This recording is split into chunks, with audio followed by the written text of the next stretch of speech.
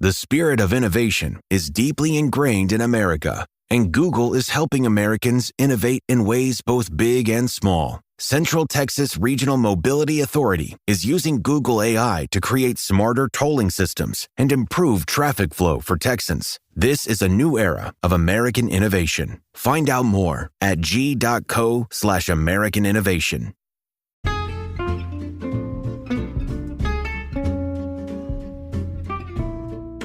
Hello, and welcome to It's a Fandom Thing. I'm your host, Erin Marlowe, and each week I'm joined by a panel of guests to discuss all things fandom and pop culture, primarily from a female perspective. You'll find everything from fanfic to cosplay to Schitt's Creek to Supernatural and everything in between. So put on your favorite piece of fandom merch, set aside that fanfic that you're writing about your OTP, and sit back and enjoy this week's episode.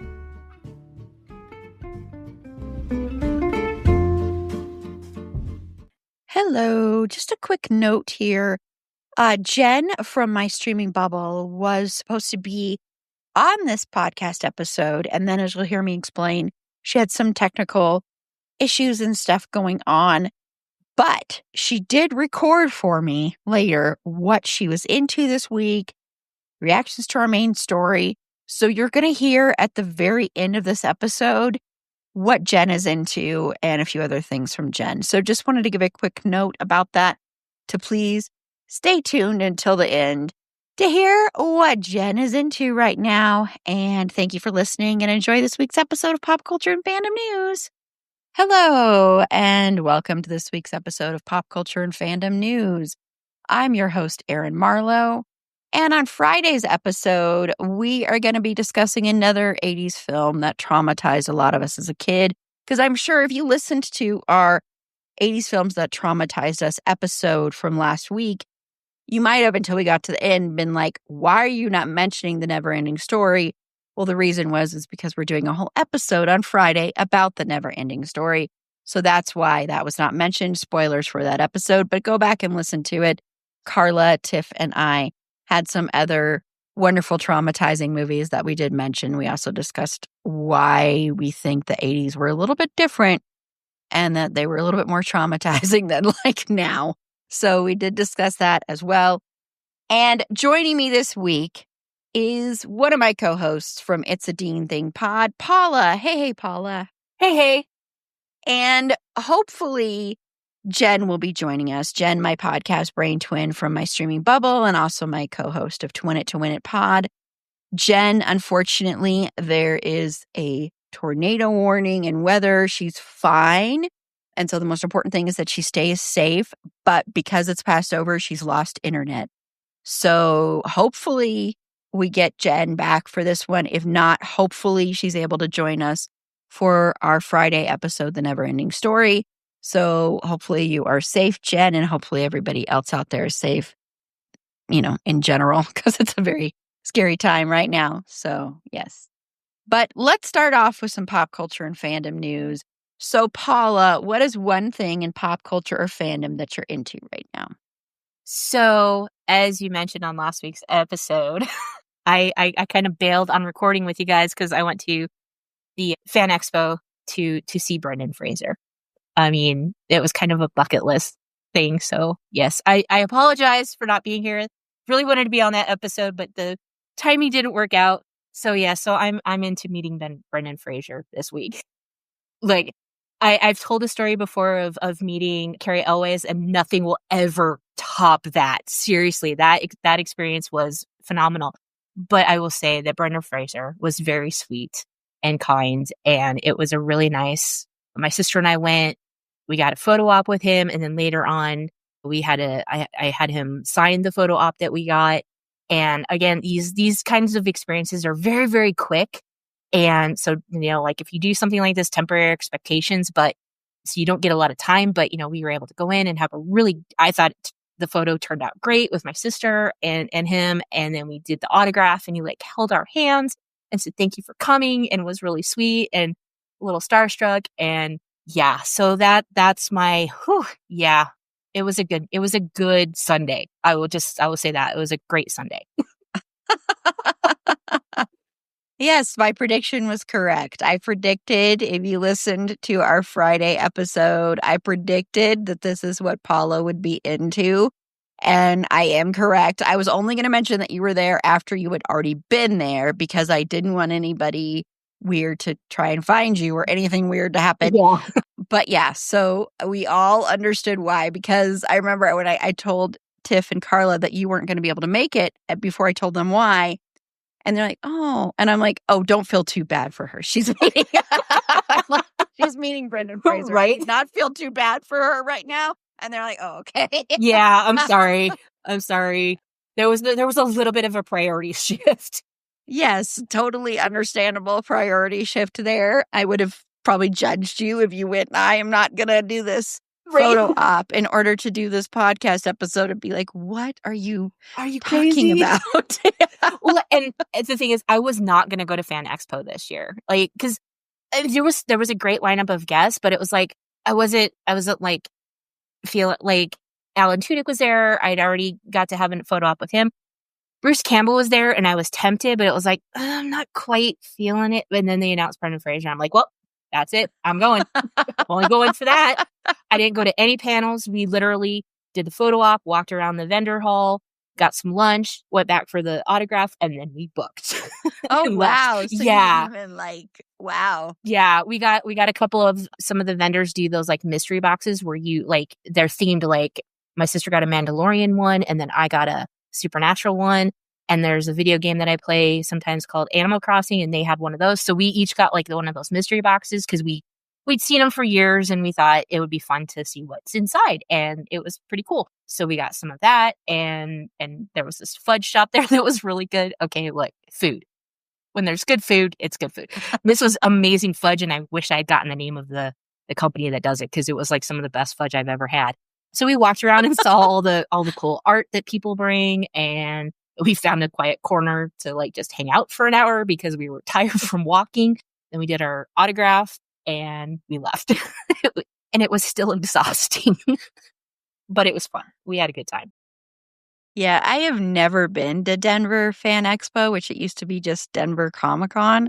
And I've heard it's gone downhill since it's become a Fan Expo event. So I've never been. My biggest drawback to going to it, to be honest, is the fact that it's downtown. Yeah. And I despise going downtown, even though my next thing will be something that is taking place in near downtown Denver. But I just don't like going down there. And so having to deal with that and all the people, I haven't, even though this year it kept tempting me with people like Brendan Fraser, like Bruce Campbell. I'm a huge Bruce Campbell fan. So that was really tempting. I really wish I had gone the year that Val Kilmer was there. That I'm so bummed about. That I will always regret. Yeah, I was there that year. That was the year that we met Carrie Elways. And he was a late addition, so he wasn't announced. So you didn't know he was there until we walked by the table, and I didn't have any.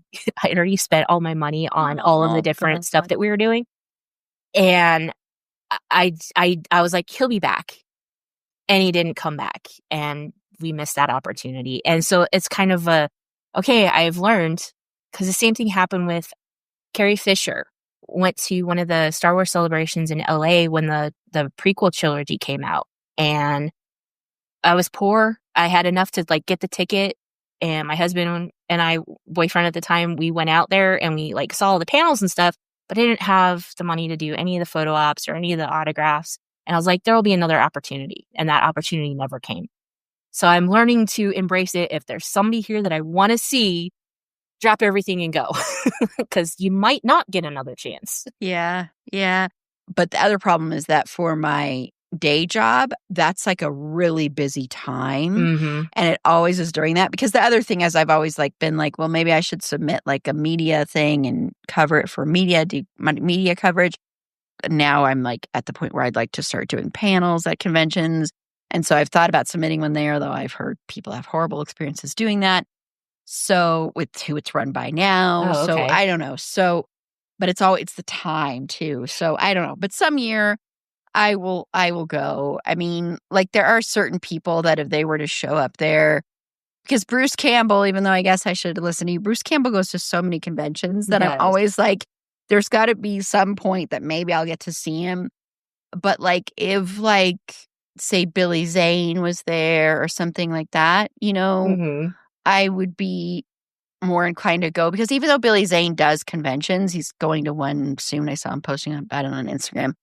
Even though he does conventions, he doesn't do them as often as other people Right. do. So I would love to meet him, just because Paula and I did a whole episode on Billy Zane. Yeah, So you should go back and listen to it. It was a great episode. We also did an episode on Brendan Fraser. We also did an episode on Val Kilmer. We also did an episode on Bruce Campbell. The episode we did on Bruce Campbell was really early on in the podcast days. So I always preface early in the podcasting career. Well, the good news for Fan Expo next year is it's not going to be, thank goodness, 4th of July weekend next year. They're moving it up to, I think it's going to be the weekend after Memorial Day.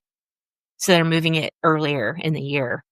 Which it used to be back in one of the previous iterations, because it's been like 3 different companies now that have run it. So one of the previous iterations, it was in May, June, and then So well, if they move it to then I would have even though it'd be the start of a busy time, I could still do it because it'd be like right at the start of it. So I could do that.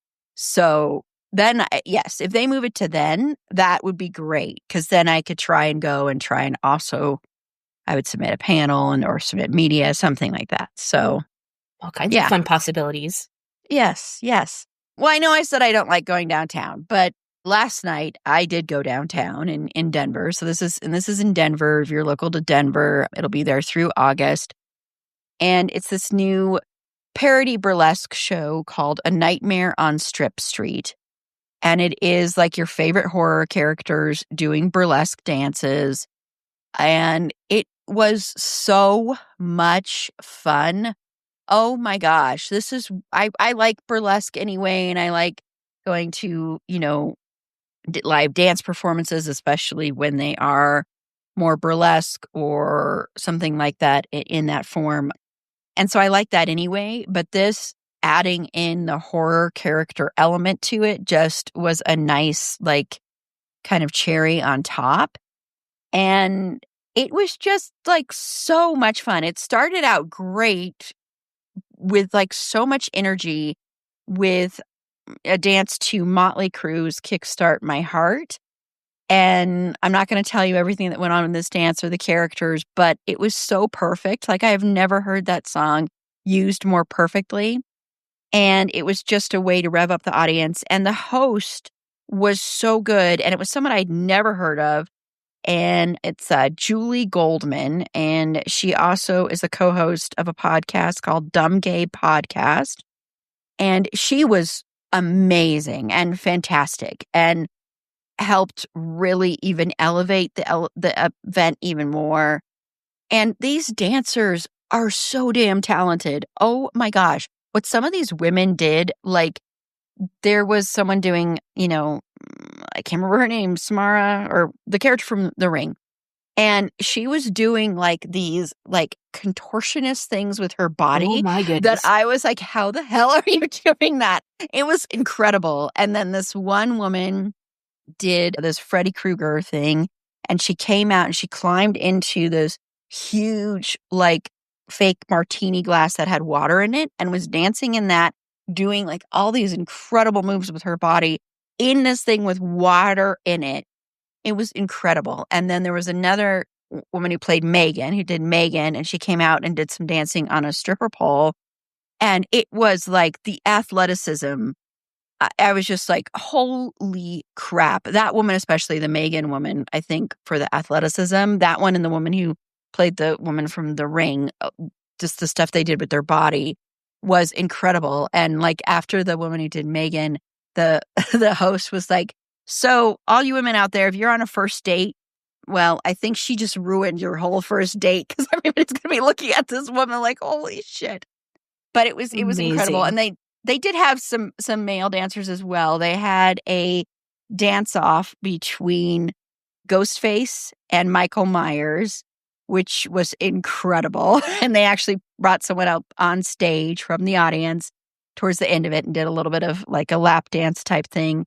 of course, asking for consent first. And they were incredible. Of course, I was rooting for Michael Myers. It's me. Of course. I'm not going to tell you who won because I don't know if they try and it's because you vote, the audience was voting, but I don't know if they try to also kind of rig it to be whoever won, but I don't know. But it's so much fun, and I highly, highly recommend it. We went on opening night. It was completely sold out. We did VIP, and VIP was a little bit cheaper for their opening night because I guess normally it's like almost $90. And really the only bonus to VIP is you get like a table down front and you get like table service. So you get like drinks can be brought to you. They don't really have any food except for potato chips, but you can get drinks brought to you there instead of standing on a huge line. That's really, I think, the only kind of difference. But I wouldn't think with the venue it's at that the size of the venue would be at all prohibitive for any of the seats, really. But yeah, it was just a blast. And I also love doing those things because I really, I don't think dancers get enough respect, especially dancers that are at all doing anything that is sexualized in any way. And they are like the host said, the host is like, we've got rules. Yes, you're all horny. We're all horny. That's great. You can keep being horny while you're watching this. It can make you horny. That's fine.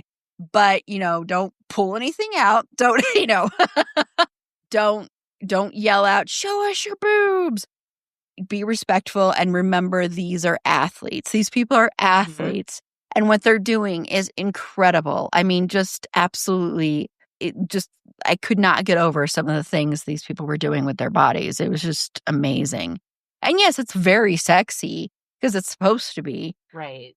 But that doesn't negate the skill it takes. And also, I want to say really quickly that regular strippers, I'm only saying that because people who work in strip clubs, that's a lot of athleticism in itself too. I've been to quite a few strip clubs. I have nothing against them at all. I find them kind of fun. But they're athletes and they're doing an amazing job, and respect them. Just because some people may look down on that, or some women have always thought that somehow harms feminism if women are doing that. And let me just tell you, your feminism does not include sex workers and does not include people that are doing, and I'm not saying, burlesque dancers are necessarily or sex workers, but if your feminism doesn't include that, just like if your feminism doesn't include trans women, if your feminism does, then it's not real feminism.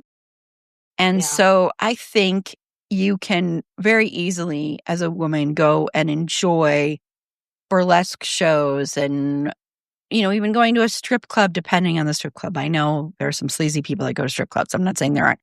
But you can go and enjoy that as a woman.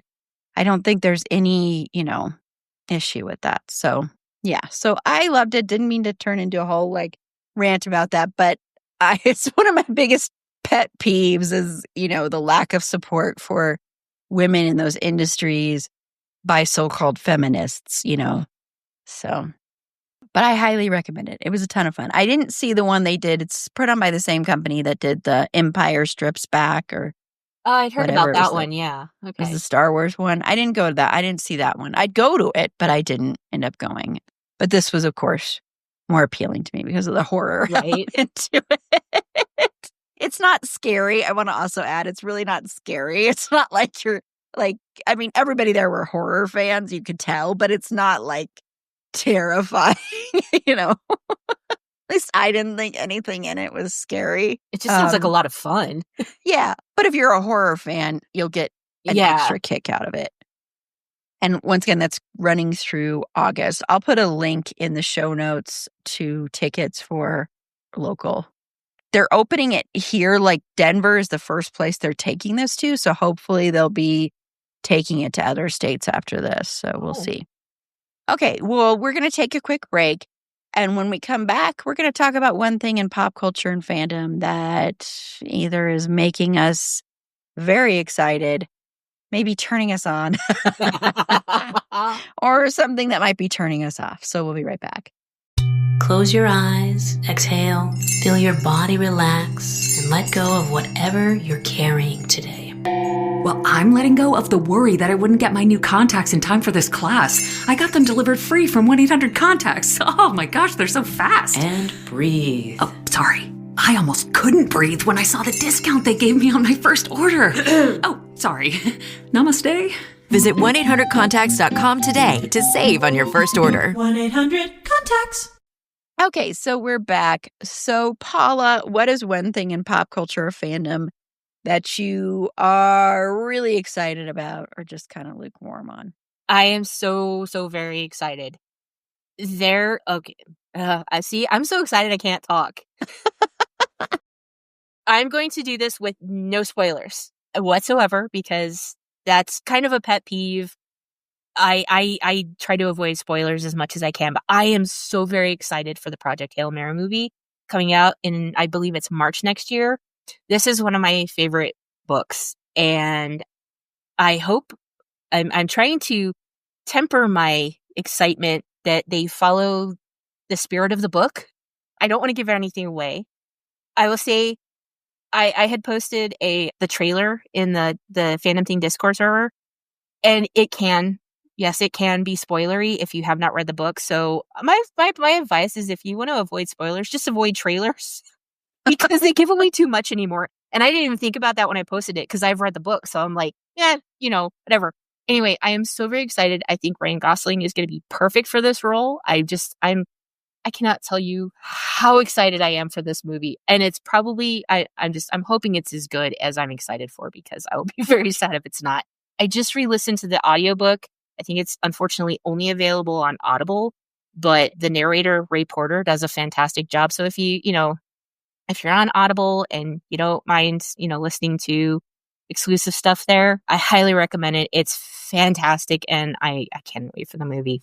So yeah. I haven't watched the trailer because one of my friends posted on Facebook and said, if you haven't read the novel, do not watch the trailer because it gives away a lot.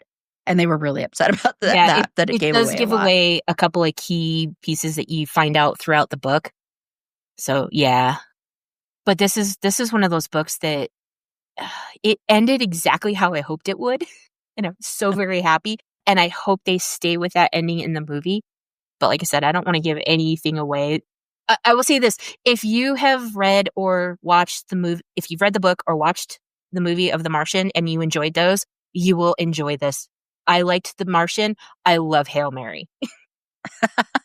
I liked them. I didn't read the book, but I liked the movie The Martian. Yeah. Yeah. And I mean, Ryan Gosling, everybody, in November, we were doing an episode talking about Ryan Gosling as part of my birthday month. Awesome. I love Ryan Gosling. I was so annoyed during Barbie when it seemed like all of a sudden all these people that didn't like Ryan Gosling all of a sudden loved Ryan Gosling. And I'm like, I have been singing the praises of this man on this podcast for a long time. And I know that there were a few that were always Ryan Gosling fans. I've been a fan of his since the early 2000s. And so I just think he is such a fantastic actor. And what I really love about his career right now is, and I know he's said because, he's a father and he doesn't want to do a lot of the roles that he used to do, which were so taxing on his psyche. And so he's trying to do a lot more fun roles. And so I do like that he is leaning into that side a little bit. I mean, I love Blue Valentine will always be one of my absolute favorite movies. He's so good in Drive. I'm going to try watching it again for our Ryan Gosling episode because I swore I'd never watch that movie again, even though I love it because it disturbed me so much. He's fantastic in that. He's, all those things where he's playing a lot of heavier roles. He's really good, but I understand, that's got to take a toll on you after a while. Still to this day, though, about Blue Valentine, I read that script and analyzed it when I was in film school. And that is still to this day the best screenplay I have ever read in my life. Wow. And that was before a little bit of it was edited. It was seriously, amazing screenplay. Very depressing, hard to watch movie, but sure. I love it still. I still love it. But anyway, so I'm glad that he is leaning into that because he's so good at comedy and he's so good at physical comedy. And I think where you first really saw that was in The Nice Guys, which is a very underrated movie of his, the one that he did with Russell Crowe. Did you ever see that? I don't think I did, no. Oh, it's so good. It's so funny. And I'm so bummed it didn't do well because we didn't get more. Like, I really thought we were going to get like a whole series, and I think that's what they wanted to do, but it didn't do well at the box office. But so I will definitely watch it. I probably won't get to read the book beforehand, but I'll definitely watch it. So I finished watching season 4 of The Bear, and I absolutely loved that season. I know, once again, just like season 3, it's polarizing. I think episode 4 is fantastic as well. Shout out to that one. But I think episodes 9 and 10 are perfection and wonderful. And I just want to say, and this isn't really a spoiler at all, but, you know, when we did our Bear episode in May, I said, I don't understand the Sid and Carmi ship, does nothing for me. I mean, I understand it just does nothing for me. I think of them as just friends, like almost like a brother-sister relationship. Well, then there's a scene in episode 10 of season 4, and it made me a shipper of these two. And I'm so fucking annoyed with this. Like, I love this show. It's like this and Interview with the Vampire are now my two favorite shows currently on television. But I did not want to be a shipper of this ship, only because I really don't think this ship is ever going to happen on the show. So I guess that's kind of a spoiler for the show right now. I don't know. Maybe it will, but I don't think it will.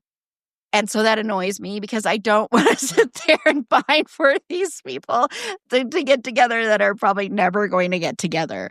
But there's this scene in episode 10, and people who've watched it know what I'm talking about. And some of the stuff that Carmi says to Sid, I'm just like, what the hell? I almost yelled at the TV, just fucking kiss her. And I was like, what the hell? I was not shipping them in any way, shape, or form, except for as friends and their brother-sister dynamic. And I think their relationship is really interesting until that moment. And so I'm just annoyed because I didn't want that to happen to me. I love the show still. It's not an insult to the show. It's just an insult to it's not an insult at all. It's that Iowa Debray and Jeremy Allen White have amazing chemistry, like unbelievable chemistry. And I thought that before this happened, but now it really like shines through because I'm just like, seriously, what the hell? And now I'm watching all these edits of them, and I'm like, if I start reading fanfic, I'm going to really... I was just going to say, if you think the shit's not going to happen, just go to fanfic, because, you know, they'll probably do it better in fanfic anyway. Well, I know, because I know there's fanfic out there, because there's a lot of people that ship them, and then the people that don't ship them or are against that ship get very angry at the shippers, which, you know, that kind of crap. But I'm also like annoyed that I might be turning over to fanfic. I'm like, no, I didn't want to do this. Not again. We've been burned. I was like, I'm watching a show that I love. And because Interview with the Vampire, I know they're toxic. I don't care. I ship Louis and Lestat all day, every day on that show. I know they're toxic as hell, but they're both vampires. What the hell else are they going to be but toxic? Right? But I was like, oh, cool, I'm going to watch a show and not have a ship on this show. Well, that's not true. I have another ship. And also, side note on this new season, once again, it proves that the way this show has written the character of Richie, I don't know if you've watched this show, Paula. I'm not going to spoil anything. But the way they have written the character of Richie on this show is so beautiful to me because in season 1, I did not like this character. It's very reminiscent to me of Steve Harrington in Stranger Things, where in season 1, I hated Steve Harrington with a passion, and then Steve Harrington became my favorite character in the show.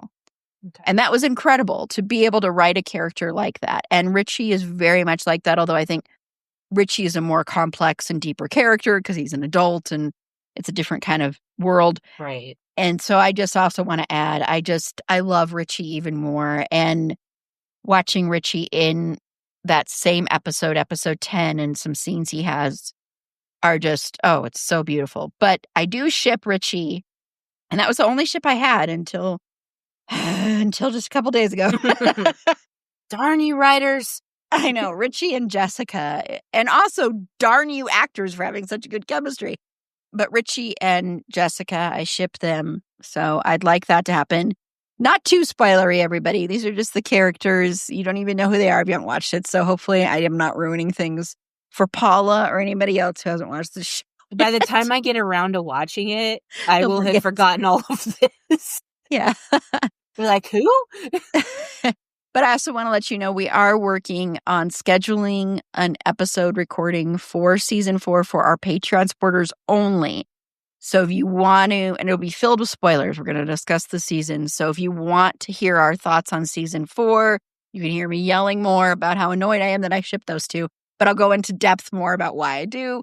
Now, I'm a Patreon supporter today for as little as $3 a month. You can click the link in the show notes or go to our support us tab on our website. It's a fandomthingpod.com. We're just trying to get our schedules together, so it probably won't be out until August because it's 4 people. I'm letting 4 people on there, and it's really hard to get 4 people's schedules together. So we were going to try and record it in July, and it's just not working. So hopefully August. So yeah. So we are going to take another quick break, and when we come back, we are going to be talking about some updates on TikTok that are not good updates. So we'll be right back. The Abercrombie Kids Summer Sale is in full swing, with up to 50% off select styles for the season. Summer plans, vacation, and camp days are all covered, with new dresses, shorts, tees, and swim. Abercrombie Kids has the summer staples they need and the looks that they want to wear. Shop in-store, online, or in the app. Offer applies to select styles as indicated. Discount applied at checkout online. At Sierra, you'll always find apparel, footwear, and gear for 20 to 60% less than department and specialty store prices. But right now, it's clearance time, so you can save even more on everything you need to get active and outside. Visit your local Sierra store today. Okay, so in the latest development in the long-running saga that is TikTok, a U.S. ban or U.S. sale of interests in the business stateside was voted into law by Congress and signed by Joe Biden, all that stuff. And they were maybe going to be shutting down TikTok. Then TikTok was shut down for just like a day, Was it even no that? time. I know. Well, now TikTok is purportedly building a new version of its platform, but just for users in the United States. And supposedly it's also going to be called M, just the letter M. Don't know this for a fact. And what's going to happen is that ByteDance, who created the social media app, is going to shut down the current platform, supposedly, by March of next year. And so then the United States will not be able to access TikTok at all, like what it is now. After that. And so then there'll be this new app, supposedly, that is just going to be for the United States. And supposedly, a lot of people are talking about how they're going to probably try and lure creators from TikTok over to this new app with money, with all sorts of other stuff. And so I think this is absolutely terrifying for many reasons. But Paula, what are your thoughts on this development? So when you put this in our outline and I saw this, because I haven't been keeping up because there's just so much crap going on right now that it's hard to keep up with all this stuff. Yeah. But when I first saw this, I was like, oh, okay, so we're basically doing what China does, where they have their own version, if you will, of TikTok. I can't remember what the name of it is, but it's only for their country to use. And it is heavily censored. And that's what's going to happen with this new TikTok replacement here. If they're isolating it just for American users, then that's going to allow them to censor it and block us from seeing things coming in. And it's a huge step in the wrong direction, because this is going to lead to more and more and more censorship. Because if they're going to start with this, and then what stops them from going after the other platforms, whatever your feelings are on Facebook and Instagram and all of these other, X, Twitter, whatever, the fact that we have them and we're able to, like, right now I'm following people on threads that are getting information to us that we can't get from news sources and other places about, like, the ICE raids and things that are going on. And quite frankly, it's a lot of Canadian folks that are getting us this information, even though we're being shitty to them right now. So thank you, Canada, for, having our backs, even though we're stabbing you in the back. Because, yeah, anyway. And honestly, like, I'm not going to, if this does come to a fruition, I won't have anything to do with that app. And I hope that the current people on TikTok have nothing to do with it. This also might be a good time to say, hey, folks, you might want to start looking into VPNs, because they don't tie you to your, router information and whatnot that ties you to a location so you can get access to, say, TikTok that you wouldn't be able to access with your normal, and they're legal. Of course, they could be outlawed. Who knows? Because then that would be another way to control it. It all comes down to controlling the information. That's what this comes down to. That's what they want to do. Their bullshit reasons for trying to ban TikTok in the first place of national security and it's all bullshit. I'm sorry. It was all about controlling the information. And especially now with all the AI coming in, sorry to harp on that again, but with all the AI rising up again, misinformation is at an all-time high. And they will now be able to control even more so with isolating an app like this. And it spits in the face of us supposedly having freedom of speech, freedom of expression, freedom of the press. All these freedoms that we're supposed to have are slowly being eroded. And this is just another step in that direction. And it's infuriating and it's terrifying. And can we please put out this dumpster fire? I mean, there's nothing good going to come of this. Yeah, and harp on AI as much as you want to, because AI is not only dangerous for us in this kind of fact of passing bad information. AI is so bad for the environment, like so bad, and using a lot of water as well. We are so fucking screwed if we keep using AI at the rate that we're using it right now is bad. And so if we're going to increase it, the amount of pollution, the way this is affecting the environment, I don't think people realize that, because I think people think, oh, well, it's just AI. Why would it harm the environment? I don't understand that. It's because the amount of power that has to be used to supply this, to run this. And AI, just recently, Grok, which is the AI thing that Elon Musk created for Twitter, it just recently, they had to disable it because he did an update on Grok, and Grok started using, calling itself almost like a Nazi, using very weird things. It was sexually harassing someone and all of this weird stuff. So it's it's already dangerous right now. It's already really dangerous. And it's scary to me how fast it's going. And, all those, you'll even scroll TikTok and you'll see those AI things that people do of actors. I was once this age, but I was also this.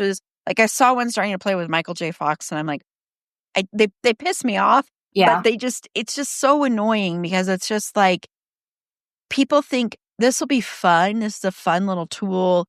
And I'm not saying, I think there are places where AI is actually good and beneficial. I think there are areas in medicine and areas in stuff like tech, or things that really are take away some dangers from humans doing jobs. I do agree. I think there are some places where AI can have an impact. And accessibility. Yeah, exactly. But I think these other things that AI is being used for, and the fact that before Grok was shut down temporarily, I'm sure it'll be back, before it was shut down temporarily on Twitter, every time you'd be on Twitter, every reply on there would be like, so Grok, tell me how accurate this is. And a lot of people think what happened is Elon Musk was getting upset because Grok was becoming more woke or more liberal, and was answering some questions actually really honestly. But Grok is also programmed by what it's hearing from people. So it's if it's hearing misinformation, it's going to pass along misinformation. People would say, what is this scene, this movie that we're watching? Hey, Grok, what is this movie from? What scene is this movie from? And Grok would give these answers that were so wrong and so absurdly wrong. Like, it would be like there was a scene of somebody getting attacked by like some creatures or something. And someone asked Grok, what's this scene from? And they said this movie that is very much about this relationship between a father and a daughter. And it's a very quiet, independent movie. And that's what they said the scene was from. And there was like no way to tell the scene was from that. So it's like those little things that AI does may be funny because it's like a weird, funny glitch. But it's not funny because so many people believe that. And we're already in such dangerous times with where we're headed as a country. And with the TikTok thing, the dangerous part about this, with it being just United States and us not being able to access the other, access TikTok that had other creators from other countries on there, is that's what fascists do. That's what dictatorships do, is they control your media consumption. This is part of the playbook. This is not a good thing. This is not a good thing at all. So please, I urge everybody out there, do not switch to this new thing. If this actually happens, we will not be on TikTok anymore. I will not be on there anymore. I'll be very sad, I will say personally, to lose TikTok. It'll probably be better for me because I spend way too much time on TikTok.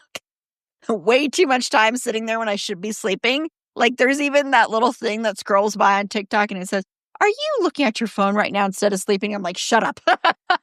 Who asked you? Yeah, I know. I am, but it's addicting. So it'll be good for that part, but it's bad for everything else. So please don't join this new thing. And calling it M is also just, if that's true, is also just absolutely stupid. So we'll definitely be keeping you updated on this. We'll probably talk about Grok. I'm thinking I want to start doing something with these episodes, with these pop culture and fandom news episodes, which I love hearing what everybody's into. But I think I might do that, just be the first segment and then spend the second segment diving deeper into some things. Because I think lately there's been some stuff that we really should spend more than like 10, 15 minutes on. As listeners, let me know what you think. If you'd like it to stay the way it is now, or if you'd like us to change it up a little bit where we really, really delve into something. Because I'd also like to delve into Grok a little bit further, just safety concerns and all of that. So, yeah. But on that note, we're going to go ahead and wrap up this episode of Pop Culture and Fandom News. But thank you so much, Paula, for joining me. I had fun talking with you. So thank you so much for joining me on this one. And if you want to tell everybody where the podcast that we co-host with Moth can be found, it's a Dean thing. Yes, we talk about our favorite fictional character, Dean Winchester. That's Erin, Moth, and I. And you can find the podcast wherever you listen to your podcast. It's a Dean thing. We're also on all of the social medias at It's a Dean Thing Pod. We're over in the Discord server. We have a paid channel there where we can talk about I'm sorry. It's very hot here still, and my brain is fried, and I'm very tired, and I'm just like, I don't know what talking is. But there is a Fandom Thing Discord server. We have all kinds of fun channels there. We have one for It's a Dean Thing. You can, come talk to us about our latest episodes and all that. All of the panelists are over there. We have a good time. We post memes in different channels and talk about fanfic and movies and books and music. And once I get through watching the latest season that we're working on for It's a Dean Thing, I will be finishing up watching Ratchet. And there I have a channel that you can come talk to me about that too. So yeah. And you can find me on all the social medias at It's My Sandbox, but mostly just come to the Discord server because that's where we're all hanging out. So, Paula, I swear I heard you say when you were talking about where It's a Dean Thing can be found, where all your potty asses can be found. I'm like, what the hell? Who knows? I might have. I don't know. I thought I said podcasts, but, it's I blame the heat. I just blame the heat for all of it and the dumpster fire that our lives are right now. So I'm sorry. No, it was so funny. I was trying so hard not to laugh and I almost did. And I'm like, I'm just going to leave it in there. I'm just going to leave it in. There's a blooper for you. Yes, but that one's staying in. Some of them I have stay in. And then, so everybody knows, we'll be releasing our blooper episode first Friday in December. Awesome. So, yeah. I have so many bloopers saved. So Fergie the dog would have loved to have gone to A Nightmare on Strip Street because of the horror themed. It would have been too loud for her, but she would have liked it. But of course, I didn't take her, so she's probably mad at me still about that. But you can follow her for now on TikTok. She also will not be moving over. But you can follow her for now on TikTok at Schroeder and Fergs. That's SCHROEDERANDFERGS. It's long, but it's worth it.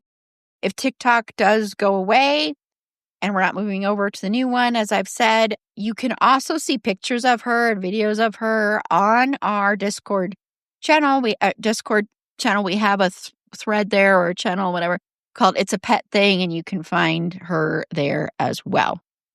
To find all our past episodes, all our social media contacts, like link to our Discord, everything like that, a link to our Patreon. Again, like I had mentioned, we're going to do a special episode covering season 4 of The Bear. We also recently did an episode talking about the movie Bottoms, speaking of Io Adebre. So if you want that, you can get bonus content. We are in the first initial stages of planning our next horror trivia event. Right now, we are picking what the categories will be. I have given a poll to a bunch of people to vote on them because I cannot decide. And I'm like, I am going to let other people decide. I gave like over 10 choices. So we'll see. I realized too late. I should have said, please only pick 4, because people are picking like almost all of them. And I'm like, this is not helping me at all. We're only doing 4 nights, kids. Only doing 4 nights. I know. I learned that lesson early. Oh, yeah. That was, my God, I will never do that again. Oh, that was such a nightmare. I don't know what it we was were fun, thinking. But it was a nightmare. I don't know what. That was before Erin A had created our lovely trivia boards and everything. That was one of those where the idea sounded better on paper than in execution. Exactly. But if you're a Patreon supporter, we're going to do again this year where you will be eligible to win prizes and you don't even have to play trivia. So you get to choose your players, and if they win, you get their points. You also get the points of whoever you choose. And whoever has the most points at the end will win some prizes. So last year we did a bunch of cool stuff. So this year we're going to do some cool prizes as well. So if you become a Patreon supporter for as little as $3 a month, you're automatically going to be part of that. You're going to get episodes a day early, ad-free content, all of that, and some great bonus episodes as well. And on Friday's episode, Paula will be back. And unfortunately, I don't think Jen will be there, but Paula will be there to discuss a movie that traumatized a lot of us as kids, The Never Ending Story. So until next time, remember, it's a fandom thing. Black Lives Matter, Stop Asian Hate, and Free Palestine. And now, like I mentioned at the beginning, here is what Jen is into right now. Some other things that she's streaming in that bubble of hers. And also her thoughts on our main topic, TikTok. All right. Since the weather and my internet are going to be little fucking bitches and not work for me, I was not able to participate in the actual recording for pop culture and fandom news for the week of 7/13. But I have things to say. So I'm recording this and I'm sending it to Erin. If she uses it or not, that's up to her. It's fine. For those that don't know, K-pop Demon Hunters and its soundtrack has become my entire personality. This is the fault of my children, my oldest child to be exact. He had watched the movie a couple of times and kept talking about it and was like, we should do a family movie night. And I was like, hell yeah, because I got a teen and a preteen, so we don't really do family movie nights anymore. So I was very excited. I was like, fuck, I don't give a shit. We'll fucking watch it. And that movie was so fucking good. I haven't been able to stop listening to the soundtrack in fucking weeks. I'm driving my family nuts, almost 100% certain on that. Like my TikTok, my ads, everything. All the algorithms everywhere is just nothing but K-pop Demon Hunters. But it's just a very well done story. It's not like it's anything new and different per se. It's about self-acceptance, more or less, the kind of the big main theme of it. And just the way that it was done here and putting it to the backdrop and soundtrack of K-pop and in Korea, it hit a little different for me because while there's been plenty of things I've watched that involve self-acceptance, the character goes through maybe some self-loathing, self-hating, whatever, or embarrassment, and then by the end comes around to be like, I'm proud of who I am, which is all fine and dandy, but for some reason this one hit home harder than anything else. And honestly, I think that's just because it was with a Korean cast, characters, and takes place in Korea. There's even some lyrics in Korean, which is pretty fucking cool. So it struck different, right? Like it hit harder and it was way more relatable to me than I was anticipating, but I love that. I also love it because with my kids, and, I piss and moan about streaming services a lot lately because you fucking ads and you cancel my shit. But it does offer a wider range of Korean television and programming and movies and stuff like that. So it has a bigger reach. And especially considering, K-pop has been really, really big over the last several years.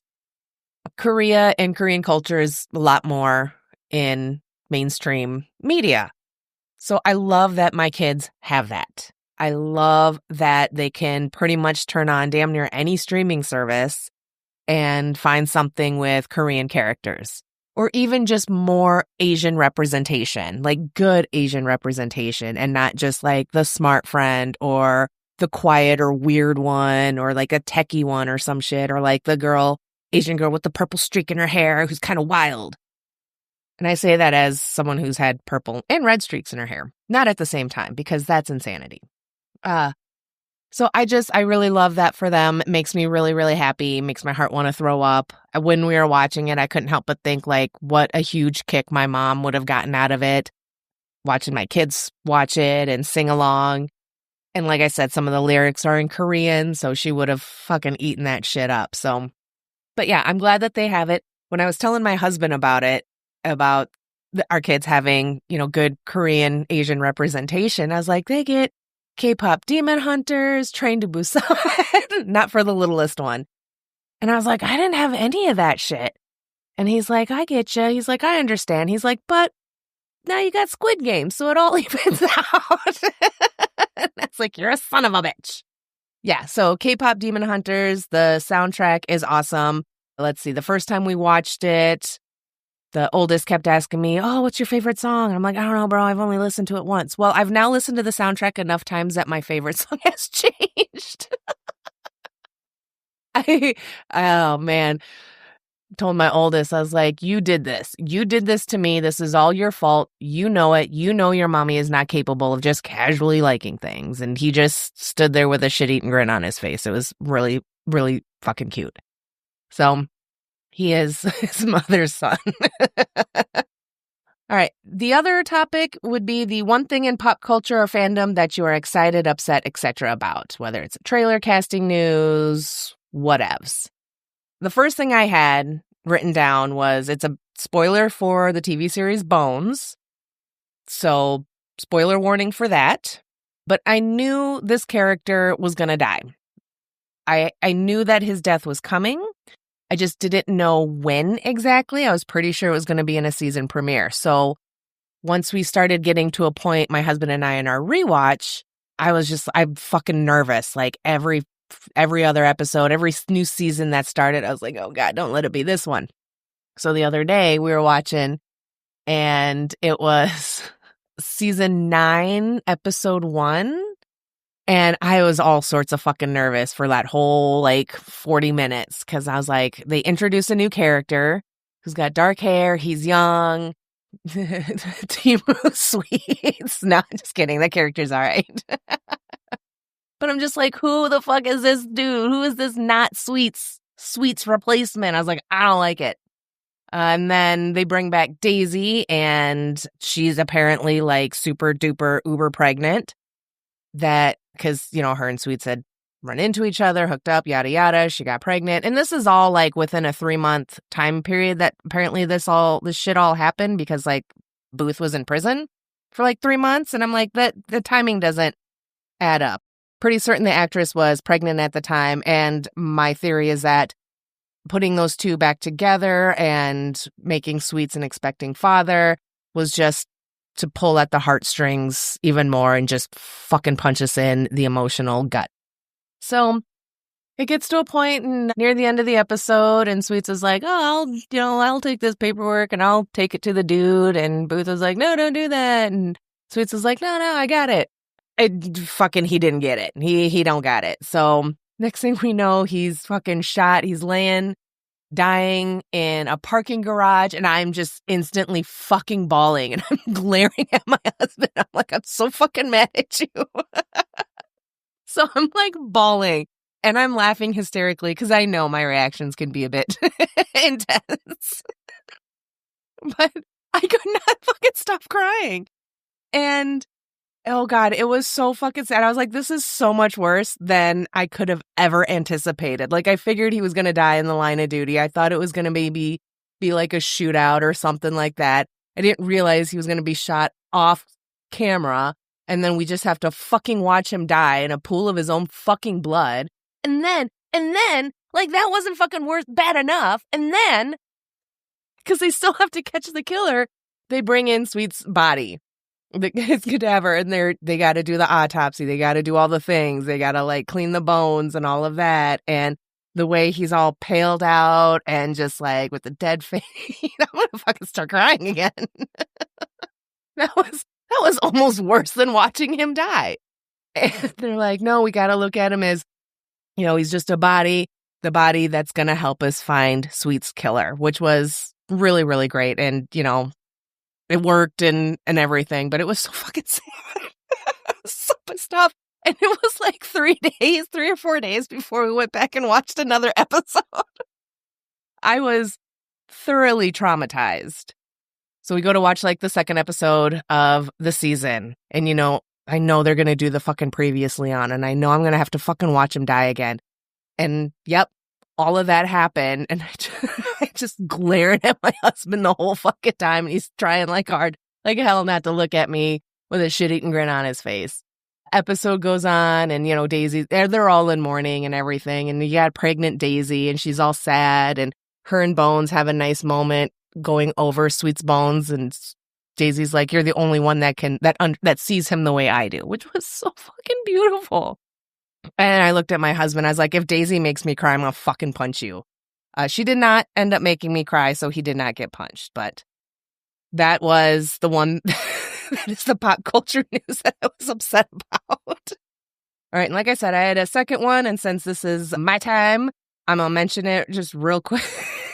But my husband and I the other night, instead of watching Bones, we watched hold on, I gotta get the name of the documentary. All right, so the documentary is on Netflix, and it is just simply titled Trainwreck, Poop Cruise. And I vaguely kind of remember when this happened. Cruise ship gets, loses power, dead in the water, and all of this stuff. And basically, like, they're stranded out in the ocean, and they realize that, like, they got nowhere to pee and poop. So they do their best to get through it all, like the crew and everything, because the documentary interviews some of the crew and some of the guests, and it was really kind of interesting because, like I said, I vaguely remember when it happened. Didn't really follow the story super close because I have like a really weak gag reflex when it comes to anything poop related. So I barely made it through the documentary, and it wasn't until they showed, because they were like having the guests like pee in the shower because like the toilets apparently needed electricity to flush. So they're like, oh, I guess, pee in the shower and hopefully that'll be fine. And you got to poop in these red bags and, shit in red bags. That's really fucking gross. And I was doing okay until they got to the part in the documentary where they're finally rescued by the tugboats. And they get hooked up to the tugboats start tugboating, and that shifts how the boat was sitting. So now all the poop and the peas are just spilling everywhere, and people are walking in poop water. And this is all like passengers like own footage and everything on their phones. And I was gagging so fucking hard and I was laughing because again, I know I can be a wee dramatic with things, but legit cannot fucking handle poop stuff. So they're walking through poop water, everything's sloshing. It's super fucking gross. One dude's got just like slides on and like jumps out of his bunk and like just lands in poop water. So fucking gross. And when they show some of the sloshing around, I could not look at the fucking TV. I held my blanket up to cover, and I was just staring at my husband, trying not to gag, and like we're both just fucking cracking up. And I was like, fuck this shit. Give me any kind of slasher, give me any kind of fucking horror movie, give me any kind of fucking gutting, garroting, fingernails, eyeballs. I don't fucking give a shit. Disembowelment, dismemberment, decapitations. I will fucking watch that shit all day, every day. But the second anything poop related comes up, I'm just like, bleh. And I was never like this when the kids were babies. Like blowout diapers were just a thing you had to fucking deal with. And I managed. It was the spit up that always got me, because that is some repugnant shit. That is a fucking sour and disgusting stink. And I don't know if the plant baby's breast smells like that, but that is just mean to name it that. Is it because it's white and like little chunky looking? Anyway, but so I got through their babyhood just fine. And somewhere along the line, I developed zero tolerance for anything poop related. I'm pretty sure it all kind of stems back to several years ago. We were coming back from Iowa from visiting my family, and we're driving down Highway 20 and rolling into Dubuque, and it's all raining. And the next thing, then we realize like we're behind a honey wagon. And if you don't know what a honey wagon is, that's the big trucks that collect the poop and the peas out of like the porta potties and septics and shit like that. But it was raining, and we were behind this thing, and our car was getting splattered. And I could not stop gagging. My family's laughing at me. I was fucking laughing. It was disgusting. So we get into Dubuque and get away from the honey wagon, pull into a gas station, fill up and to run through the car wash and everything. And I don't remember exactly what it was, but it's like my husband or my son or whatever. They're just like, oh, you got to come out here and take a look at whatever. So I got out of the fucking car. And then I closed the door. And I was like, why did I do that? It still has poop on it. I think that's what fucked me up.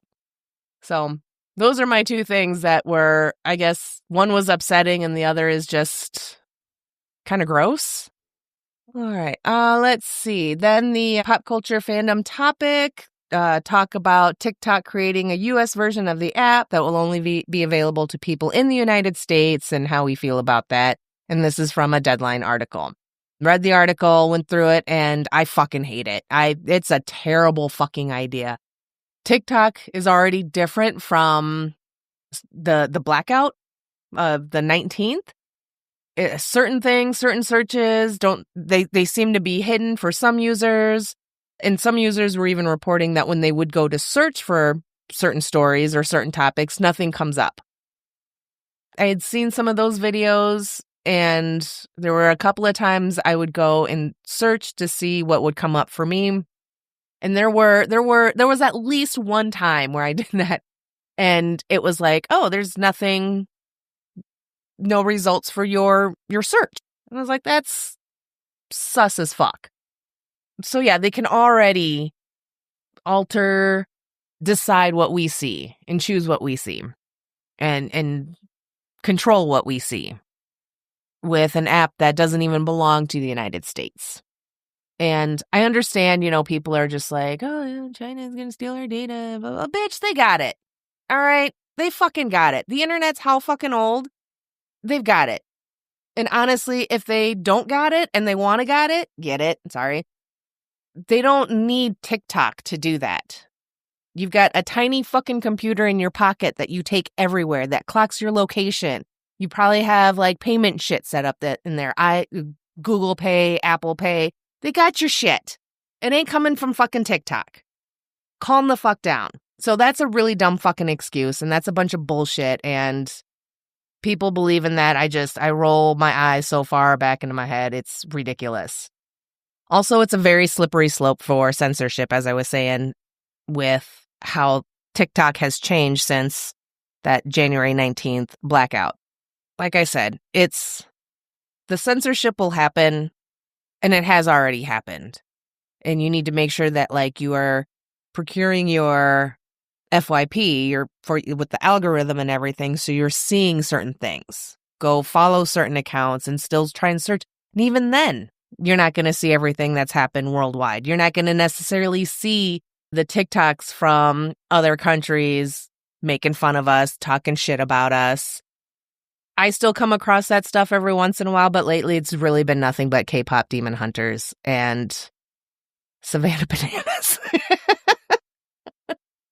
So, stupid fucking idea. I hate it. So, which means they're probably going to fucking do it. All right. Well, that's it for me for the pop culture and fandom news for the week of 7/13. This is 25 minutes long, so maybe it's a good thing I wasn't able to log in or join the recording. So, all right. That's it. Thanks again, Jen, for sending me that recording, and I hope everybody enjoyed listening to that. And make sure that you check out My Streaming Bubble, a podcast player near you. Give Jen a follow and all of that. And also check out the podcast that we co-host together, To Win It, wherever you're listening to this fine podcast. Thank you so much, and see you on Friday's episode.